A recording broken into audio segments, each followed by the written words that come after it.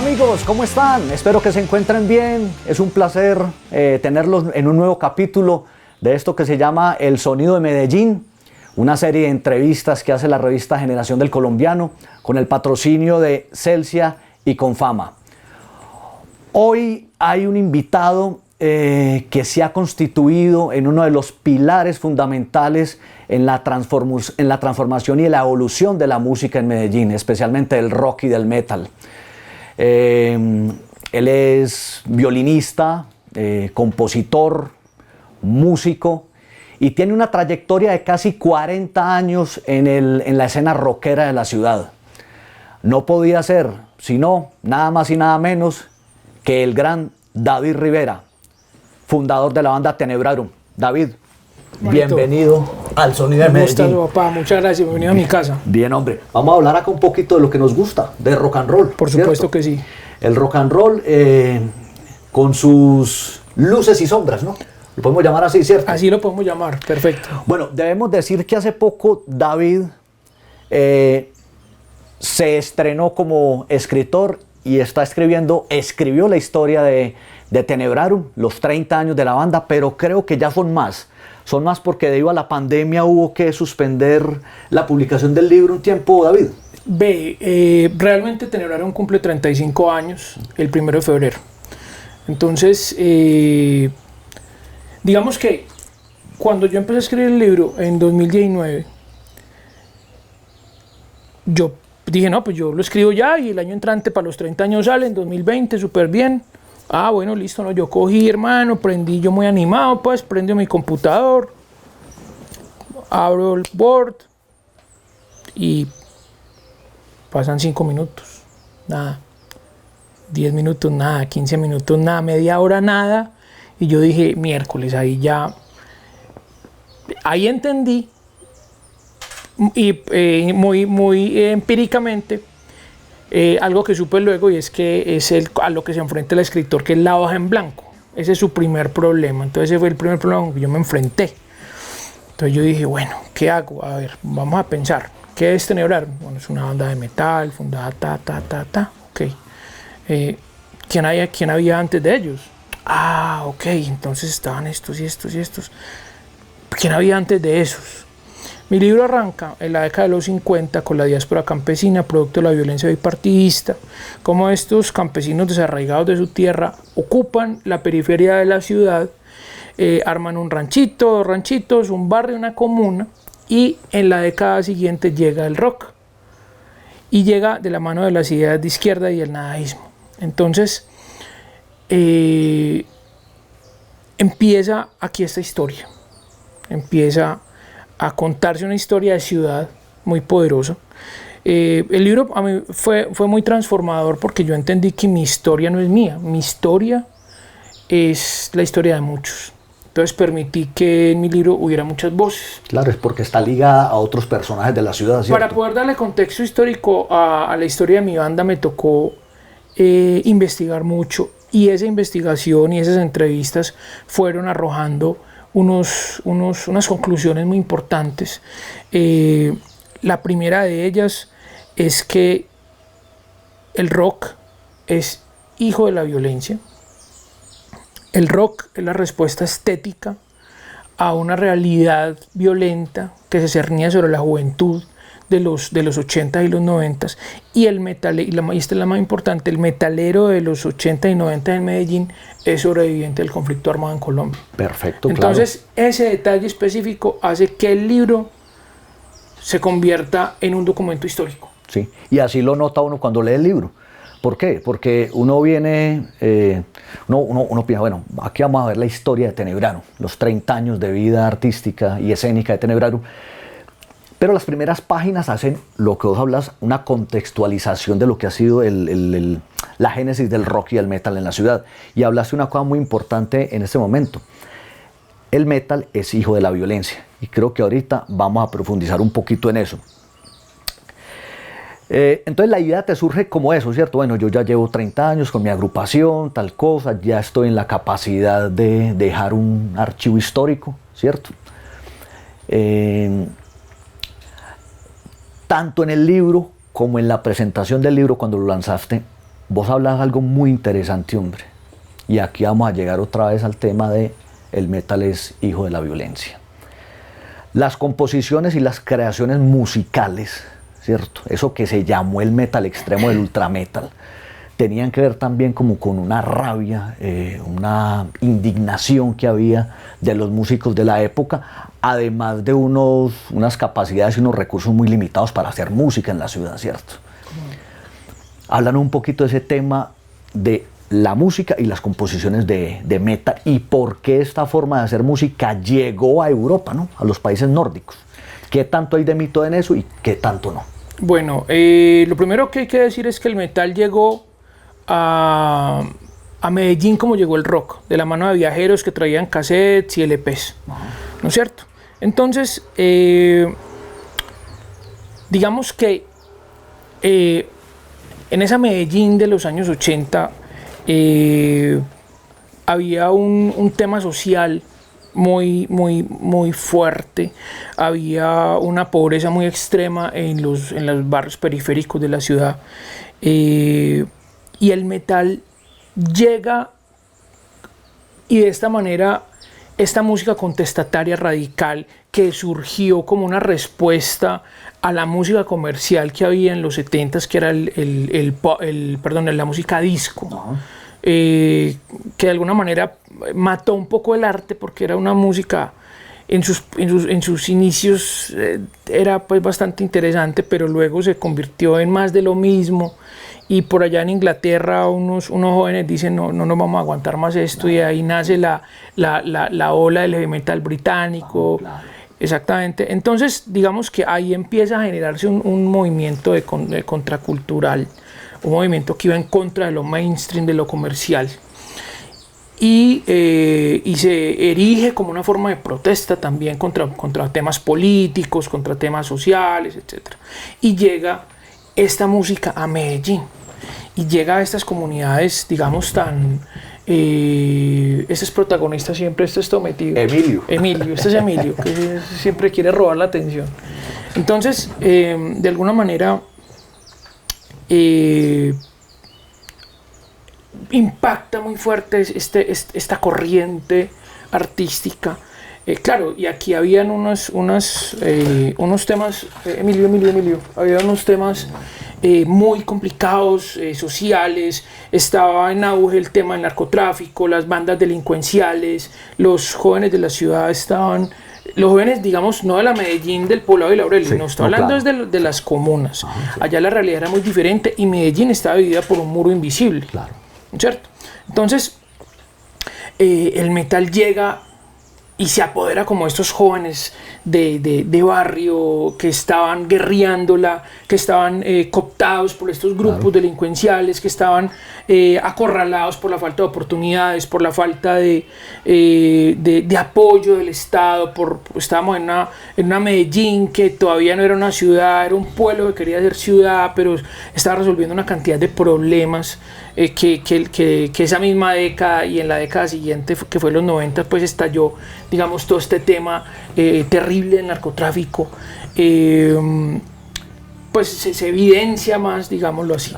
Entonces, el metal se convierte en la forma en que estos jóvenes expresan una realidad de muerte que los estaba acorralando, ¿no es cierto? Aquí no importaba tanto la técnica, porque no habían instrumentos, los instrumentos eran hechizos. Claro, entonces ahí surge una correlación, digamos, entre ese sonido crudo que da los instrumentos hechizos y la realidad social que vivía la ciudad, ¿cierto? Por supuesto, digamos la ciudad, y como lo aclarabas ahorita, sobre todo en ciertos barrios, ¿cierto? Digamos que el metal... En los llamados barrios populares. Digamos que el metal se convierte en la respuesta estética a una realidad de muerte que se cernía sobre la juventud antioqueña en esa década convulsa que fueron los 80s y los 90s, obviamente, claro. Esas dos décadas difíciles.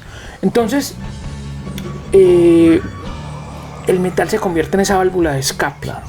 Yo en el libro evidencio una cosa muy interesante, y es que el vallenato y el metal tienen algo en común, ¿cierto? El vallenato es una expresión cultural, o sea, además de ser música, es una expresión cultural que digamos, en la cual un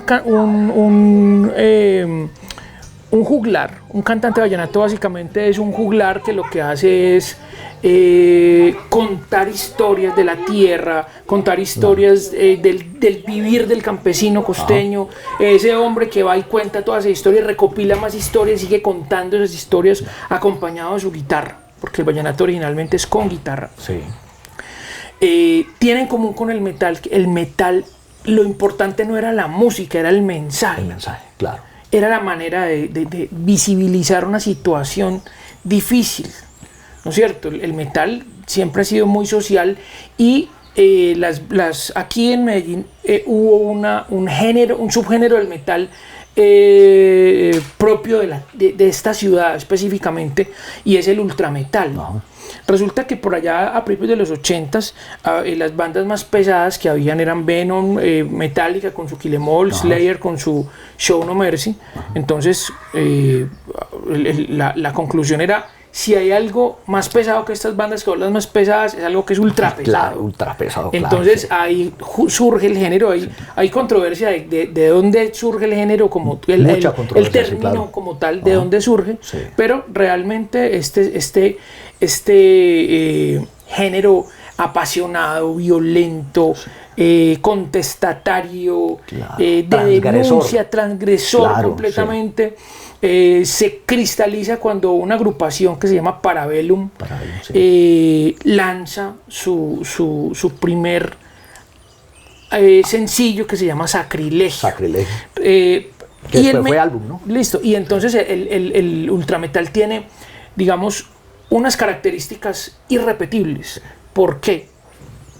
En esa Medellín de mitad de los 80, de principios de los 80, donde había este tema, este revoltijo social tan duro, una ciudad clerical, una ciudad de alguna manera, de cierta forma, hipócrita, claro. Camandulera, conservadora, eso, muy goda, mucho. Muy goda. Entonces empieza a invisibilizar estas situaciones. David, y lo sigue siendo, ¿no? Sí. No, con esa intención no lo sigue siendo. Sí, o sea, en nuestra esencia seguimos siendo un pueblo. Ajá, sí, claro. Es un pueblo que quiere ser ciudad y que ha logrado superar muchas cosas, pero que finalmente sigue, en el fondo seguimos siendo los mismos campesinos, ¿me entiendes? Sí. Eso seguimos siendo finalmente. Eso es nuestro, lo cual es muy bonito, pues, o sea, yo no lo digo en un tono peyorativo, ¿no es cierto? Porque finalmente somos hijos de campesinos. Mi mamá es una desplazada de la violencia política de los 50s. Mi mamá era una niña que llegó a Medellín perseguida por la chusma conservadora, como ella misma ha contado. Y llega a Medellín así, que eran como unos bobitos, todos mirando de las caras, porque les tocaba ir corriendo porque los iban a matar en la Merced Caldas. Claro. Entonces, esa es la historia de muchos de nuestros campesinos, ¿no es cierto? Entonces, digamos que esa Medellín, de ese momento tan turbulento de la historia del país, arroja unos muchachos que no tenían con qué comprar instrumentos, que no tenían dónde grabar, que no tenían dónde hacer nada, pero ellos mismos empiezan con esa berraquera paisa a construir sus instrumentos. Las baterías eran totalmente artesanales, de cartón. Los parches eran, por ejemplo, la primera batería de Tenebrarum era un barril de latón partido en dos. Esos eran los bombos. Había unos cartones de cartón, los tambores eran de cartón corrugado, y nosotros teníamos que ponerle, nuestro baterista de aquella época, que tenía, los parches eran de cuero de vaca. Increíble, entonces el cuero de vaca había que mojarlo y luego secarlo con un secador para que afinara. O sea, era una cosa. Los platillos no eran tal platillo, sino un pedazo de latón con un montón de clavos colgando, que usted le pegaba y lo que sonaba eran los clavos. Claro, sí. Eso era una cosa. Le daba crudeza al sonido. Pero es decir, era la inventiva paisa, la recursividad. La recursividad, era eso. Entonces, claro, instrumentos hechizos, distorsiones hechizas. Aquí no tienen ni idea para qué era un amplificador. El amplificador lo que hace es se coge esa señal de la guitarra y le corta esos picos malucos para el oído y normaliza la señal. Acá no tenían ni idea para qué era eso. Entonces una guitarra hechiza con una distorsión hechiza, eso da un sonido terrible, ¿no es cierto? Aquí solamente había un estudio donde grababan, y era el estudio de Gabriel Raymond, que quedaba en el Palo con el Huevo. Y entonces el ingeniero de sonido de ese estudio no era como tal un ingeniero, sino un tegua, que sabía nomás grabar vallenatos y corridos tropical, mexicanos. Claro. Entonces, llegan estos manes de Parabellum con esas ideas tan fuertes, anticlericales, satánicas, si se quiere, la carátula de ese disco es una imagen de la Virgen del Carmen con el niño cargado, claro. Y con un rapidógrafo los convierten en demonios, a ella, al niño y a los angelitos que hay. Entonces, es decir, esa carátula en sí es una declaración de guerra. Y es una respuesta, ¿no? Por supuesto. Una respuesta y es una declaración de guerra a una sociedad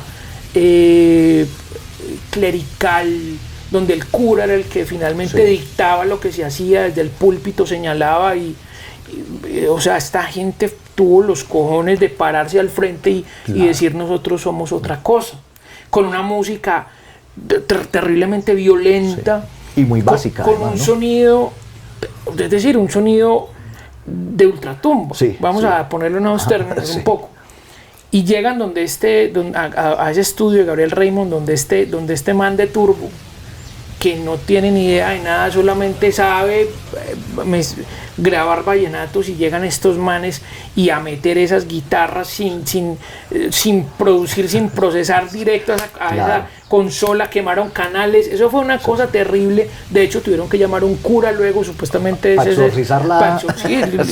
Y pasó en otro lado también, ahorita te cuento dónde. Entonces sale este sonido, esta declaración de guerra al mundo. Y en la investigación que hice para el libro encontré que faltaba la cereza del pastel. El rock pegó muy duro en Medellín porque aquí quedaban las maquilas de los discos. Las disqueras hacían sus discos aquí.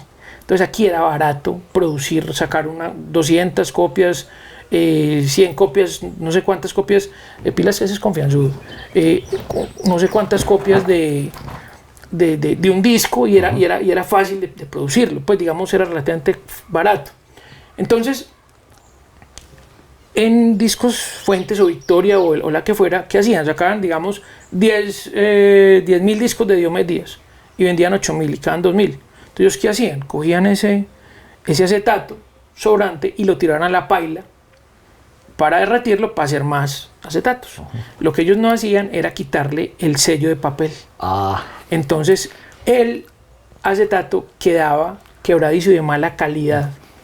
Entonces el sonido del ultrametal es irrepetible porque eran instrumentos hechizos con músicos que no sabían tocar sus instrumentos. O sea, lo importante no era la música, era el mensaje. ¿No es cierto? Que sonara bien o que sonara mal.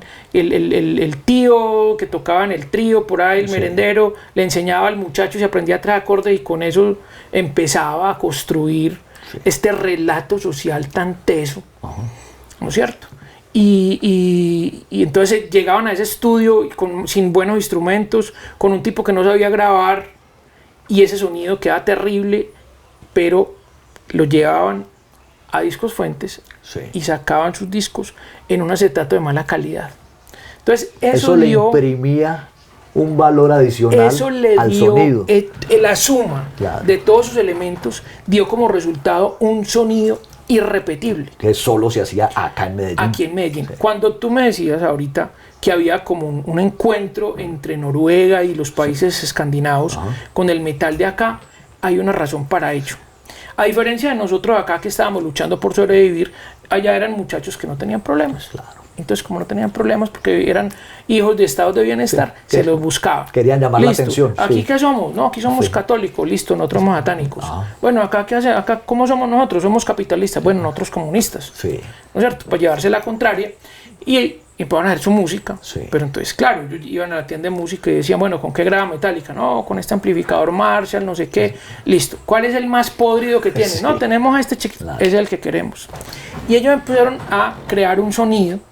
Y ese sonido, ellos lo denominaron un sonido low-fi. En vez de que fuera hi-fi, de high definition, era low definition. Y resulta que por alguna razón no. Hay un puente, hay un personaje muy importante en el desarrollo del metal en Colombia, y es un chico que se llamaba Bull Metal. Él se llamaba Mauricio Montoya, y su sobrenombre era Bull Metal. Y Bull Metal es todo un personaje que de hecho fue nuestro primer baterista. Bull Metal hablaba inglés y empezó a establecer contactos epistolar con la gente de Europa, de Mayhem y de las los grandes bandas de bandas black death underground. metal, claro, Él sí. empieza y empieza a hacer intercambios de música. Y gracias a esos intercambios la música de Colombia se empieza a conocer al otro lado del charco, ¿cierto? Entonces el lo-fi, que era el sonido amplificado de la rebeldía de estos muchachos que no tenían nada más que hacer sino busca de los problemas, se encuentra en mitad del Atlántico con el lo-fi de aquí, que era, el sonido amplificado de la pobreza. Claro. Y encuentran que ahí tienen cosas en común. Hay unos vínculos, sí, claro. Y empieza este desarrollo del metal. Es muy interesante, es decir, le estoy pasando por encima. Claro, sí. Es decir, no, con mi libro yo nunca pretendí ni convertirme en escritor, ni convertirme en investigador. O sea, me volví un escritor, sí, y me tocó investigar, obligatoriamente, por lo tanto, obligatoriamente. Claro, sí. Pero esa nunca fue la idea. No fue. Yo nunca lo hice pensando con una posición arrogante. No, sí, es que yo voy a investigar. No. Yo quería contar mi historia. Sí. ¿Cierto? Lo que pasa es que, como te dije al principio, la tenía que poner en un contexto. Y en esta época convulsionada, ¿cierto? Porque ya venían unas bandas, digamos, antes haciendo la tarea, pero ahí surgís vos con Tenebrano, ¿cierto? Digamos que... Vos decís algo muy bacano en el libro con el surgimiento de Tenebrano, y es nacimiento en medio de la hecatombe de Medellín, ¿cierto? En medio de la hecatombe de una ciudad. De una ciudad, sí. Así es. Y así es. Y así empezamos a marcar un camino en el sonido del metal en Medellín. Pero antes, ya Piolín te había invitado para que hicieras parte del trabajo 888 Metal, ¿cierto? Sí. Como violinista, ¿no? Como te decía, o sea, esta intervención mía con el libro, pues no pretendo ser yo el dueño de la verdad. Yo solamente estoy contando mi historia. Sí, desde tu claro. Apoyado en datos, sí, y apoyado en entrevistas. Y en hechos que te tocó vivir. Lo cual no quiere decir que esa sea la única verdad. No, claro. ¿No es cierto? Yo, de hecho, animo a las personas que tienen banda de metal o de rock, sí, o de lo que sea, que escriban. Porque es decir, es a partir de la escritura donde se construye la cultura. O sea, porque si nosotros no contamos esta historia, en 3 generaciones esto se perdió. Se pierde. Exactamente. En cambio, si está escrito queda escrito en piedra. Esa es pues como la invitación.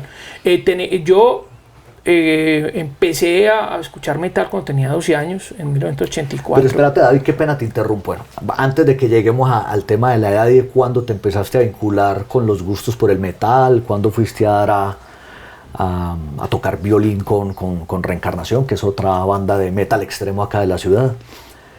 Vos sos hijo de padres músicos, ¿cierto? Entonces ya de por sí tenés como una herencia musical muy arraigada, ¿cierto? Tu padre es guitarrista, creo que con formación en clásica. Mi papá se llama Alonso Rivera, él es maestro en guitarra, es compositor, es arreglista. Sí. Ha sido un defensor de los ritmos andinos colombianos. Él toca guitarra, toca bandola, toca tiple, es un gran músico. Sí. Mi mamá, Blanca Velázquez, es dueña de una hermosa voz de soprano. Ellos se conocieron cantando y ellos hicieron un grupo que se llamó el Grupo Pampa y Cielo. Y al calor de Pampa y Cielo hicieron su familia. Claro. Mis hermanos son músicos, al igual que yo. El hermano que me sigue a mí es Julián Rivera, que es guitarrista y bajista. Actualmente está tocando es el bajista de Tenebrano. Desde hace un par de años, sí. Y él, no, desde el 98. Ah, sí, sí. Claro. Y es miembro fundador también de Violín Rock junto conmigo. Y Juanito Rivera, que es un gran saxofonista. Sí.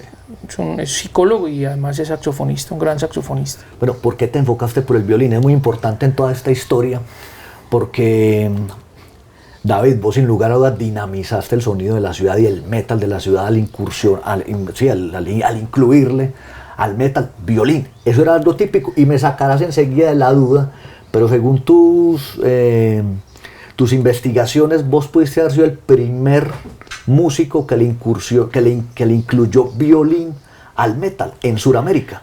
Es lo más probable. Yo grabé con Reencarnación había recién cumplido 16 años, el 29 de febrero del 88, año bisiesto. Grabamos el 888 Metal. hacía 5 días había cumplido 16 años. Ajá. Entonces sí, digamos que yo fui ese primer violinista que incursionó en el metal como tal. Y retrocedamos un poquito más, que hay una anécdota muy bonita, hermano, que vos tenés. Vos ya estudiabas violín, vos empezaste a estudiar violín a los 8 años. A los 8 años, por supuesto. Y después diste con una mujer fenomenal que es Margot Levy, ¿cierto? Por supuesto, yo empecé a estudiar a la edad de 8 años. Eso fue a partir yo ya estaba en clase de iniciación musical desde los 5. A los 8 yo estaba viendo un programa de televisión que se llamaba Música para Todos, que era un programa que dirigía o estaba a cargo de la Orquesta Filarmónica de Bogotá. Sí. Y ellos, era un programa, si mal no estoy, era un programa semanal, y todos los domingos hacían un concierto, es decir, hacían una obertura, un concierto como tal, que era es una forma musical en la cual un instrumento solista está acompañado por orquesta, y una sinfonía que ya es una obra para orquesta, pues. Ajá, digamos. Sí. Y yo vi ese violín y a mí eso me pareció, yo no lo podía creer, y yo miraba y yo veía que ese palito, y yo decía, pero ¿cómo? O sea, ¿cómo este palito es capaz de sacarle ese sonido tan bonito a esto? Mamá, yo quiero violín, mamá, yo quiero violín. Y efectivamente metieron al muchachito a violín, y en esa estamos. Hace muchos años estoy en esto. Entonces, en la Universidad de Antioquia yo arranqué a estudiar violín con Rodestela Álvarez, pero un par de años después conozco a la profesora Margot Levy. Ella tiene una historia muy interesante, muy bonita, porque ella es judía alemana. Ella, su papá, Max Levy, era activista antinazi. La Gestapo los empieza a perseguir. Él consigue un contrato de trabajo falso, saca a su familia y vienen a parar a Barranquilla. Entonces, luego a él lo contratan del del Astor. Ajá. Él fue gerente del Astor en la década de los 40, y luego se jubiló como gerente de compras de Ley, que ya no existe ese almacén. Y Margot era una niña muy talentosa y conoce aquí a un refugiado de guerra que se llamaba Joseph Matza, que era un gran violinista que vino a parar a Medellín huyendo de la guerra, y se encontraron acá, y aquí él empezó a enseñarle, y ella con los años se volvió una gran violinista, y se convirtió en profesora de la Universidad de Antioquia, y ahí fue donde ella me conoció. Claro. Es una historia muy bonita esa. Vos, cuando contaste esa historia en la presentación de tu libro, me acuerdo que fue el 2 de octubre del año pasado, ¿sabes en qué pensé yo que hay como cierta similitud? En la pianista y compositora francesa Nadia Wagner, que fue la que le enseñó que ayuda a enriquecer el sonido de Astor Piazzolla, ¿cierto? Wow. Porque prácticamente como Piazzolla termina sacando como el tango de esa esencia prostibularia, urbana, carcelaria, y gracias a esta señora la vuelve casi que música de cámara, ¿cierto? Porque no, esto le pueden incluir unos elementos de música clásica y de jazz, ¿cierto? Bueno, entonces,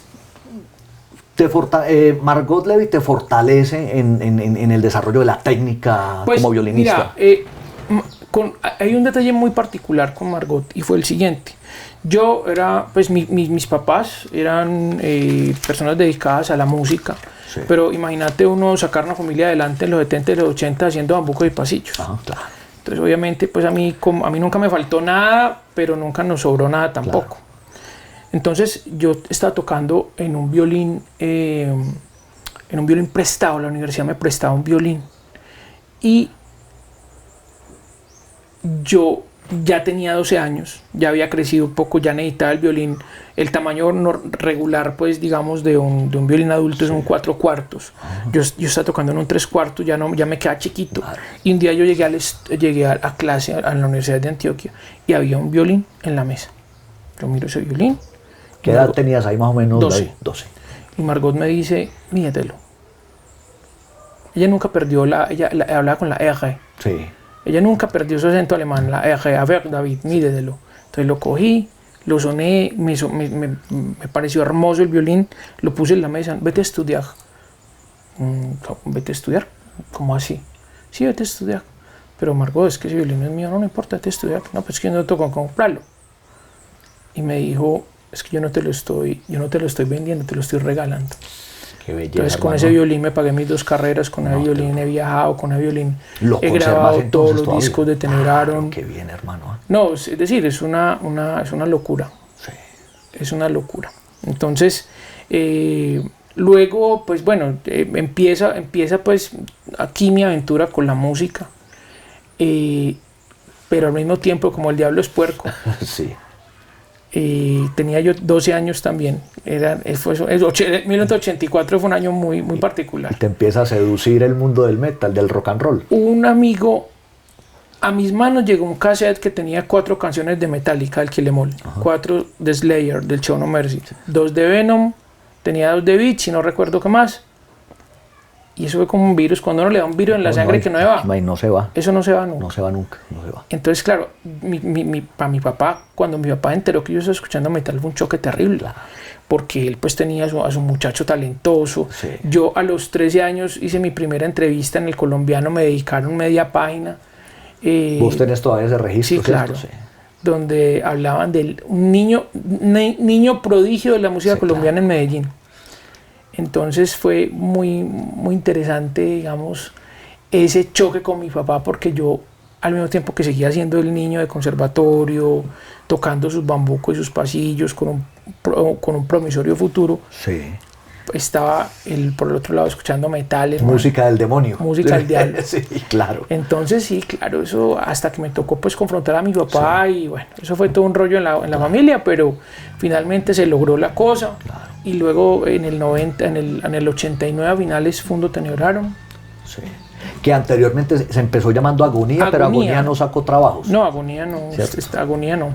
¿Cómo es que la anécdota del tío tuyo? ¿Cómo se llama el grupo de ustedes? Sí, una vez... Angustias. Sí, ¿cómo es que se llama el grupo de ustedes? Angustias. Sí. Sí. No. ¿En Agonía ya estaba Bull Metal o no? No. No, Agonía no estaba Bull Ya Metal. éramos amigos con Bull Metal. Sí. Y Bull Metal entra a reemplazar al baterista que había, que no tocaba nada. Ajá, sí. Y entró Mario Aponte a cantar, que fue el primer vocalista que tuvimos. Y finalmente sale todo el mundo y quedamos nosotros 3. Claro.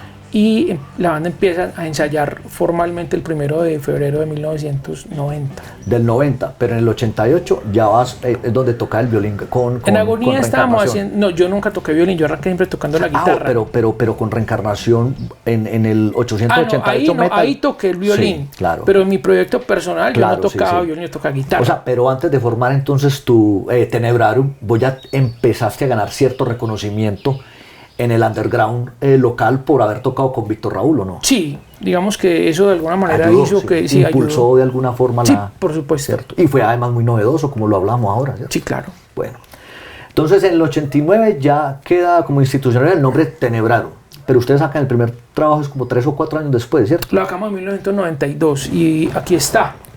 Este es... Visiones del horror. Visiones del horror. Claro, sí. Este disco, bueno, salió en formato de cassette. Ajá. Sí. Esta es una reedición con motivo de los 30 años y aquí lo que hicimos pues fue incluirle un DVD de un concierto que hicimos en el Carlos Vieco. Ajá, Ese concierto fue muy importante porque yo creo que fue la primera vez en Sudamérica o en América Latina, diría yo, que una banda de metal sale a tocar con un violín. Claro. Esa fue la primera vez. Entonces aquí en este disco está ese DVD con ese concierto que fue muy importante. Ahí está el DVD con el concierto, pero en el primer trabajo vos ya le habías metido violín Le metí a la introducción. A la introducción, O sea, el violín, sí, claro. el violín estaba presente en Tenebraron desde el principio. Excelente, sí, ok. Después viene El vuelo de las almas, ¿cierto? Primer álbum. Primer álbum, porque Visiones, pero Visiones del horror. Es el demo. Ah, es el demo. El vuelo de Salió las en almas. cassette. ¿Viste? Y El vuelo de las almas, por allá en el 2020, Radiónica lo puso entre su lista de mejores álbumes del metal colombiano, ¿no? Donde está, bueno, está el Kraken 1, está el 888 Metal de Reencarnación, está el de La Pestilencia, ¿cómo es que llama este? La Pestilencia. Sí, Se me olvida el nombre, sí, por acá sí, yo sí. creo que lo tenía. Bueno, está el de Parabellum, ¿cierto? Claro, por supuesto. En fin. Entonces empezás, hermano, ya a consolidar un sonido en la ciudad, ¿cierto? Y viene una serie de trabajos, de álbumes. que te catapultan y te dan mucha visibilidad, ¿cierto? Sí. David, hay un trabajo que a vos no te gustó. No te gustó como el sonido que quedó y fue el Bloods and Tears. No, fue el Divine War, me parece que el Divine War, este disco fue un disco muy bien planeado, pero muy mal ejecutada su grabación. De hecho, esta reedición le hace justicia, justo porque cuando yo estaba escribiendo el libro, yo necesité mucha información y empecé a buscar. Hice arqueología metalera y empecé a encontrar cosas muy interesantes. Y una de las cosas interesantes que encontramos fue que cuando nosotros grabamos Blood and Tears, nosotros grabamos la sesión de grabación en un formato que se llama ADAT. Sí.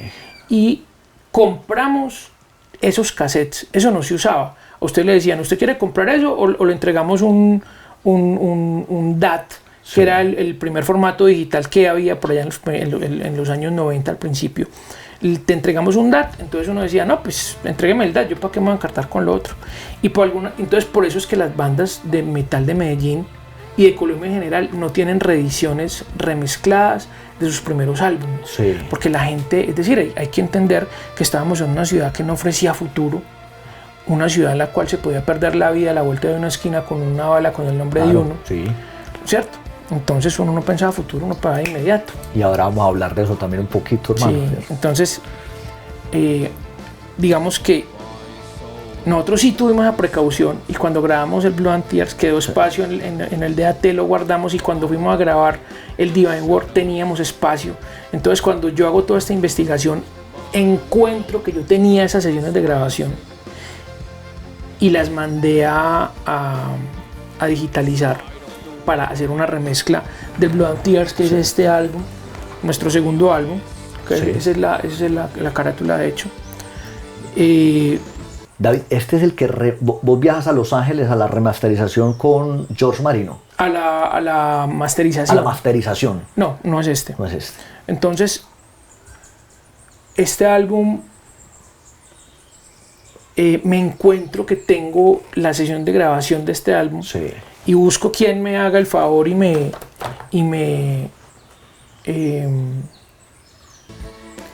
que me convierta de ese formato análogo a un formato digital actual para poderlo manipular. Y solamente encontré una persona aquí que fue en Codiscos. Ajá, sí. Y ese tipo me dijo a mí, venga, yo a usted le cobré muy poquito, que hay 2 discos. Yo no, pues ¿cómo le ocurre? Aquí no hay 2 discos. O sea, es que para mí no habían 2 discos. Sí. Cuando me entrega me entrega todo y me doy cuenta que estaba el Divine. Entonces, ¿qué hice? Lo rescaté. Lo remezclé, lo remastericé. O sea, lo puse lindo. Sí. ¿Dónde lo hicieron? El disco se grabó en Ensamble Minitrack. Ajá. Era un estudio y el ingeniero de sonido del estudio era Jorge Montoya. El difunto. El difunto sí, Jorge Montoya, sí. que era un tipazo además, sí. y él hizo... Ustedes hicieron 2 trabajos allá, ¿cierto? Hicimos el Blood and Tears del Divine War. Ajá, sí, claro. Exactamente. Que el Divine War es el que tuvieron que grabar como en 24 horas. Que ni durmieron. Todo lo tuvimos que grabar así. Sí. Ambos discos, el Blood y el Divine. Había un problema con el baterista que era muy sollado y entonces llegó tarde. Ese fue con el Divine War. Ah, sí, claro. Teníamos un loquito muy buena onda. Ajá. Y era, un poco loco. Loco. Claro. Excelente. David, hablemos también, hermano, de un tema muy importante. Digamos, ya hemos hablado un poquito como de luces y vamos a meterle a estos sombras, hermano, porque en la época hubo también una estigmatización, ¿cierto? Con los músicos y seguramente con personalidades de otras escenas artísticas. Pero la otra vez lo hablábamos, o lo hablabas vos en la charla, ir con aretas, pelo largo, chaqueta negra, ser metalero, ser rockero, te podía condenar a cierto tipo de agresiones. Pues, es que es decir, muchos metaleros perdieron la vida. El hecho de estar vestido de negro, de ser peludo, de escuchar una música que no estaba, digamos, avalada por el establishment, te convertía en un blanco. Sí. A mí alguna vez yo iba, uno de los primeros ensayos de Tenebraron, yo iba caminando, yo un peladito de 18 años, un flaquito, iba para allá, pues, caminando, cuando yo siento un sonido, yo volteo y era un policía que me estaba apuntando a la cabeza con un changón y me iba a disparar. Me iba a disparar porque sí. Claro. Entonces, eso fue allí en la Castellana, que ahí quedaba el ensayadero de Luis Emilio Valencia, que es un personaje trascendental, hermano, enriquecer el sonido de la ciudad. Por supuesto que sí, muy importante. Sí. Y yo iba llegando a la casa de él y me sale este policía con eso en plena, es decir, Tenebraron nació en el año más violento que tuvo esta ciudad, que fue en 1989 a finales. Fue terrible, terrible. Y a principios del 90, es decir, la ciudad estaba hecha un desastre, era un caos completo. Y me salvé porque me empezaron a herir las vecinas. Bueno, hubo gente dando corrillo y por eso me salvé. Pero me iban a matar, solo por estar ahí, solo por ser de pelo largo, por estar vestido de negro. ¿Ya están siendo perseguidos ustedes? Sí, claro, por supuesto que sí. ¿Usted en algún momento llegaste a recibir una amenaza directa? ¿Que te llegó alguna llamada, un mensaje, alguna...? No. Claro que qué más amenaza pues que esa, que te pongan una pistola en la cabeza. Sí, claro. Oíste, y detrás de eso, vos lo recordarás, había una agrupación con un nombre muy bonito, muy romántico, pero qué bonito y romántico no tenía nada, y era Amor por Medellín, ¿cierto? ¿Te acordás que era una agrupación como paraestatal, ¿cierto? Que perseguía y mataba incluso drogadictos, ladrones, prostitutas, y ahí cabían también esos peludos, los peludos metaleros, ¿cierto? Peludos. Eso es una historia que se tendrá que contar en un momento a fondo. Sí, no, y que todavía... Es decir, o sea, esta merece una investigación a todos los niveles. Yo me acuerdo que sí, porque además eran las instituciones, la institucionalidad, la Iglesia Católica, la gente de bien. Yo recuerdo que había una institución que yo le tenía terror, era el DOC. El DOC, miedoso. Departamento de Orden Ciudadano, y ahí había un teniente o un capitán que era famoso porque era experto, o sea, ese era, a mí no me consta, ¿qué coste pues? Yo no sé, o sea, eso es lo que yo oí hace 40 años, entonces no sé, pero lo que se decía en aquellos años era que había un capitán o algo, un hombre con un rango medio en esa institución que era famoso por desmembrar la gente con un hacha. Una cosa aterradora. Era una cosa aterradora. Y éramos unos peladitos. O sea, a mí me tocó todo. O sea, me tocó el asesinato de Valdemar Franklin Quintero. Me tocó la bomba de la Macarena. Me tocó la muerte de Pablo Escobar. O sea, es decir, los episodios más sangrientos que tuvo esta ciudad, yo era consciente cuando ocurrió eso. Claro. Recuerdo cuando estalló la bomba del Mónaco. Sí. O sea, es decir, a nosotros éramos unos niños intentando llegar a esa sabiduría metalera, conseguir música era muy difícil, las pocas personas que tenían los discos no los prestaban, entonces había que hacer unas gestiones, porque el metal siempre fue muy piramidal, entonces el metalero sufrido de barrio era el que conocía la música, pero si usted era de clase media, usted era un burgués, entonces usted era despreciado, entonces uno tenía que empezar como a subir, a hacer contactos, a conocer gente para llegar a la música. Entonces uno se metía a unos sitios muy peligrosos buscando esa música. Claro. ¿Cierto? Entonces eso fue muy bonito. El metal era como el metal de Medellín de los 80 y 90 era como un club exclusivo, pero de gente pobre. Sí, claro. Literal. De hecho, vos en el libro mencionas eso y es una crítica que vos mismo le haces como a ustedes mismos, los rockeros y los metaleros, que hubo mucha división y mucho radicalismo, que posiblemente, incluso ahí mencionas algunas cosas que, es que este pelado tiene una camiseta de Halloween o de Metallica o de Slayer, entonces usted qué sabe de eso, entonces, no, usted es un poser, usted es un burgués, casposo. Usted es un casposo. Le rompían la camiseta, lo pateaban. Claro, y eso empezó a atemorizar como esa generación. ¿Sí? Eso generó una brecha generacional. Claro, y que no se consolidara bien. Sí, o sea, el rock y el metal que tanta fuerza tuvieron en los 90 me ponen a perder fuerza por ese tipo de cosas, ¿no es cierto? Y otros géneros más, digamos, más amigables les abrieron los brazos y ahí para allá fueron los pelados que estaban buscando una identidad musical. ¿Y cómo es la actualidad hoy con respecto a eso? Se ha perdido la magia. Se ha perdido la magia. Sí, me parece que ha perdido la magia. Ahí quedamos unos viejos testarudos haciendo música todavía. Ajá. Y hay digamos que hay sangre joven también, hay que decirlo. Es una lucha, el rock and roll es una lucha muy berraca. Constante, sí, claro. Sí, claro. Porque además no es fácil hacer rock, música en la ciudad, en Medellín, hoy en día, pues menos pues con todos estos ritmos urbanos e incluso tropicales.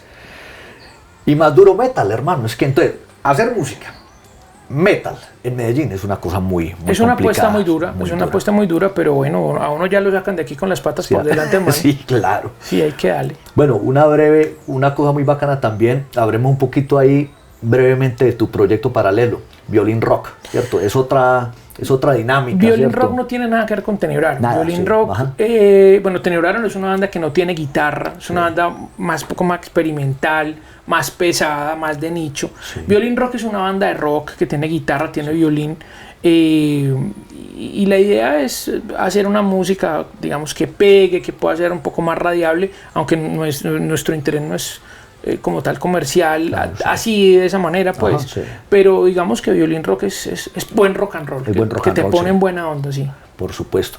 Bueno, la noticia, hombre, David, que te dieron hace poquito, muchachos, va Tenebrarum, David y su banda Tenebrarum va a ser parte del próximo 70.000 toneladas de metal. Contanos un poquito de eso también, hombre, que eso es una muy buena noticia. Yo diría que hasta para el rock nacional. Bueno, para los que no conocen, las 70.000 toneladas de metal fue un festival que nació en 2011 en manos de un suizo que vive en Canadá, que se llama Andy Piller. Él trabajó mucho tiempo en cruceros, ajá, atendiendo cruceros como tripulante, y era muy metalero, y se le ocurrió la idea de hacer un festival de metal flotante. Ajá. Entonces alquiló un barco Royal Caribbean, montó 3.000 metaleros de 73 países y zarpó con 60 bandas a bordo, haciendo 120 conciertos durante 5 días de navegación por el Caribe.